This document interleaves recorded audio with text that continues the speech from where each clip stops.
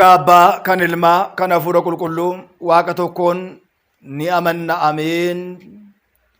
Du'aa ka'umsii fi jireenyi anadha. Kan ni atti amanu inni jiraataa ni ta'a. Kiristoos tansaa immutaan baabii ኃይል ወስልጣን አሰሮ ለሰይጣን አጋዞ ለአዳም ሰላም እምይእዜሰ ኮነ ፍስሐ ወሰላም።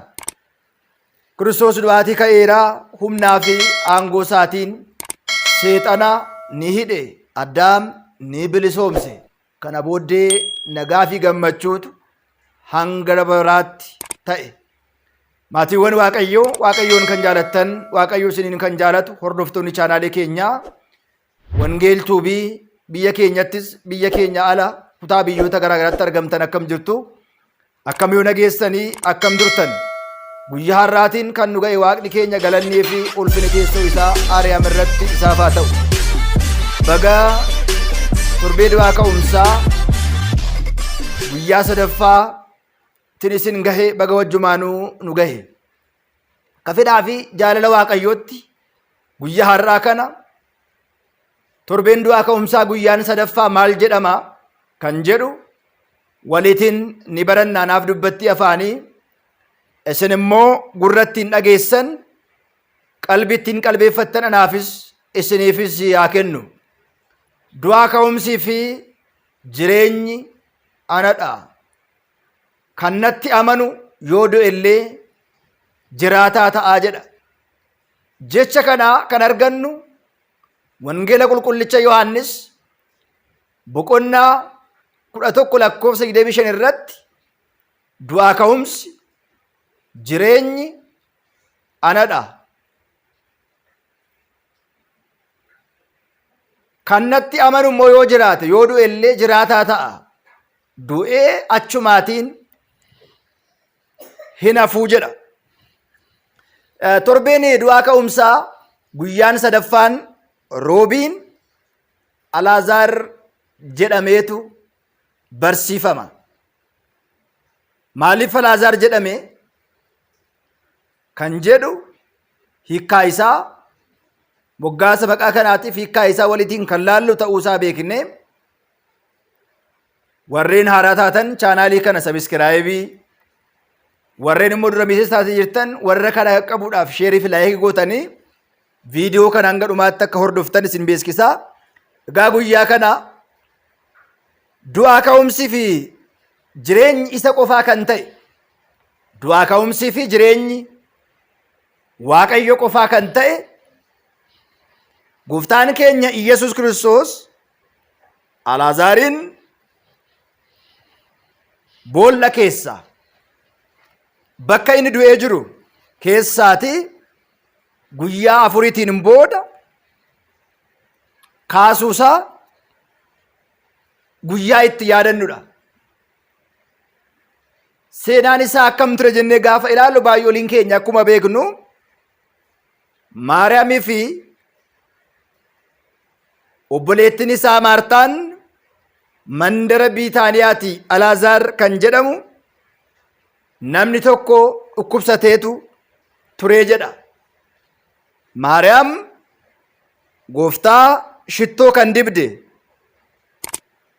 luka isaas immoo imimmaan isheetiin kan haxoofte turtee jedha. Obboleettiin Alaazaar Maariyaam ishee gooftaa shittoo dibde imimmaan ishee immoo harcaastee luka gooftaa irratti kan roobsite ta'uusaa asirraatii ibarannaa. Alaazaar obboloota lama qaba, Maartaa fi Maariyaam jedhamu. Sanaan booda gooftaanis Alaazaarin ni jaalata, Alaazaaris gooftaa ni jaalata. Maatiiwwan Waaqayyoo dhuguma Waaqayyoon bara kana nu jaalata laata? Waaqayyo akka nu jaalatuuf maal gochuu qabna jennee gaafa ilaallu gaarummaa, qajeelummaa, amantoo qabaachuun barbaachisaadha. Sanaan booda Alaazaar dhukkubsatee ture. gara gooftaa keenyatti ergaa ergan. Yaa gooftaa, namaati jaalattu sun Alaazaar dhibamee jira.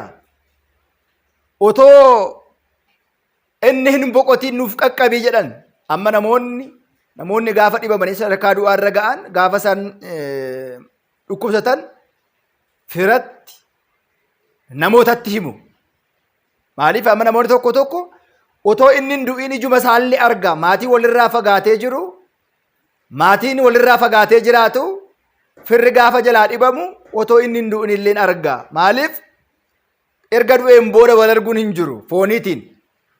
Fira du'e yookiin immoo awwaalame ka'ee arguun hin danda'amu. Sanaan booda inni iddoo biraa waan jiruudhaaf, bakka biraa waan jiru namatti jaalattu sun dhibamee jira, yaa gooftaa dafii nuu qaqqabii ittiin jedhan. Gooftaan keenya maal jedhe? Dhibeen kun dhibee ilmi Waaqayyoo irratti akka inni kabajamuuf malee du'aatiif miti jedhe. Dhibeen kun ilmi Waaqayyoo irratti akka kabajamuuf malee du'aatiif miti jechuudhaan dubbatee jira. Kana jechuun Alaazaar du'uu hin danda'u jechuu miti. Alaazaar sadarkaa du'uunsa irra ga'ee baay'ee dhibamee waan jiruudhaaf gara gooftaa keenyatti ergan. Sanaatiin booda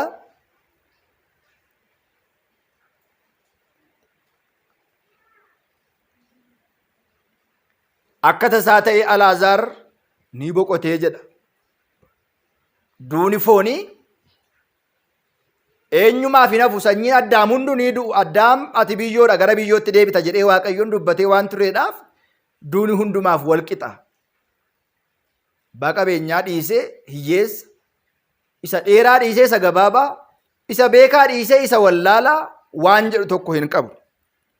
Sanaan booda gooftaan keenya Yesus Kiristoos Alaazaar awwaalamee guyyaa afur erga ta'eetiin booda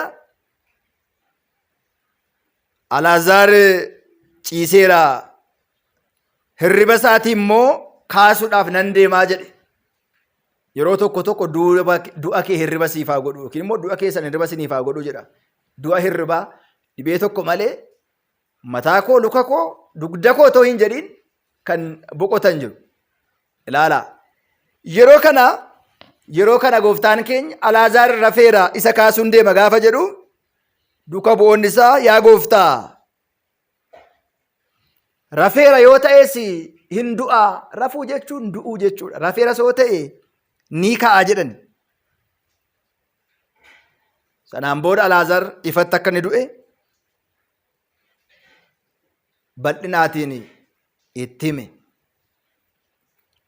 Kanaan booda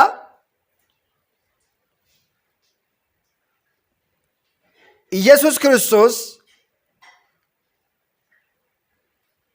gara sanatti gaafa deemu Maartaan gooftaa keenya Yesus Kiristoosin, yaa gooftaa koo, ati utuu as jiraatteeti obboleessi koo hin du'u ture jechuudhaan dubbatte jedha. Bakka kana otoo jiraattee ergaa sitti ergine sana hojiirra oolchitee otoo ta'eeti, otoo inni lubbuudhaan jiru otoo dhuftee raatteeti obboleessi keenya Alaazaar hin du'u ture jechuudhaan Maartaan dubbattee jedha. Kanaan booda amma Waaqayyoon irraa wanta ati kadhattu maalidha? Waaqayyoon akkasii kennus nan beeka ittiin jedheeni. Gooftaan keenya Yesus Kiristoos obboleessi kee Alaazaar hin ka'aa jedheeni. Maartaanis guyyaa dhumaa immoo akka ka'u, guyyaa tinsaa'ee gubaa'ee du'aa ka'umsa lammataa akka inni ka'u nan beekaa jette. Maartaan guyyaa du'aa ka'umsa lammataa immoo akka inni ka'u nan beeka jettee gaafa isheen dubbattu, gooftaan keenya maal jedhe? Du'aa ka'umsii fi jireenyi anadha. Kan du'e yoo jiraate, yoo natti amane jiraataa ta'a. ትንሣኤና ሕይወት እኔ ነኝ። የሚያምንብኝ ቢኖር የማይጠራጠር ያመነኝ ቢኖር እሱ ሕያው ይሆናል፣ kan hin shakkine yoo jiraate, kan natti amanu yoo jiraate, yoo du'es jiraataa ta'a malee du'ee tortoree achumaatiin hin hafu. Jiraataa kan ta'es immoo kan natti amanudha hunduu hanga bara baraatti immoo hin du'u. Jiraataa ta'ee kan natti amanus immoo hanga bara baraatti hin du'u. Kana ni amantaayii ittiin jedhe. Isheenis eeyyanii yaa gooftaa nan amanaa, gara biyya lafaattis kan dhufe Kiristoos ilma Waaqayyoo akka ta'es nan amanaa ittiin jette. Kana jettee deemte. Obboleettiin ishiis Maariyaam suuta jettee waamtee barsiisichi dhufeera ittiin jette. Isheenis yeroo dhageessu atattamaan jarjaraatiin kaate, gara isaattis kaatte. Yesuusis bakka isheen Yesuusin itti fudhatteetti Maartaan gara mandarichaa hin seenne ture. Kanaan booda maal jedheeni? Eessatti awwaaltanii? Eessa jira jedhe. Maartaan maal jedhe seetan? Gara awwaala gaafa inni deemu itti hin siqiin hin xiraa guyyaa 4 tureera.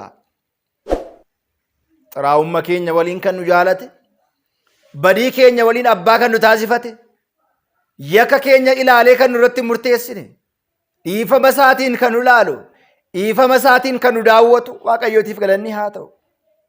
Alaazaariin Waaqayyo awwaala keessaa waame. Magnaziin hiikaa, biyyoo irraa qofforaa, dhagaa irraa gangalchaa otoo hin jedhin akkuma dubbate Alaazaariin du'a keessaatii waamee, guyyaan kun guyyaa Alaazaariin itti yaadannu jechaadha. Guyyaan sadaffaa torbee du'aa ka'umsaa Alaazaar jedhameetu barsiifama. Alaazaar du'ee guyyaa 4 booda ka'uusaa fakkeenya guddaa kan qabu. Ilmi namaa yoo du'e fooniin, yoo dhibame fooniitiin akka dhibametti, akka du'etti akka hin hafnee fi du'aa ka'umsi Kiristoos ta'uu amannee shakkii malee isa duukaa akka buunu kan nu barsiisudha. Guyyaan arfaffaan maal jedhama? Waliitiin kan laalu ta'a. Kan nu barsiise, kan nu gorse Waaqa abbootii keenyaaf galanni haa ta'u. Hanga dhumaatti cimee akka dhaabannu Waaqayyoon nu haa gargaaru. Wasbaat ለእግዚአብሔር ወለወላዲቱ ድንግል ይቆየን። nu haa tursu. Galanni Waaqayyoo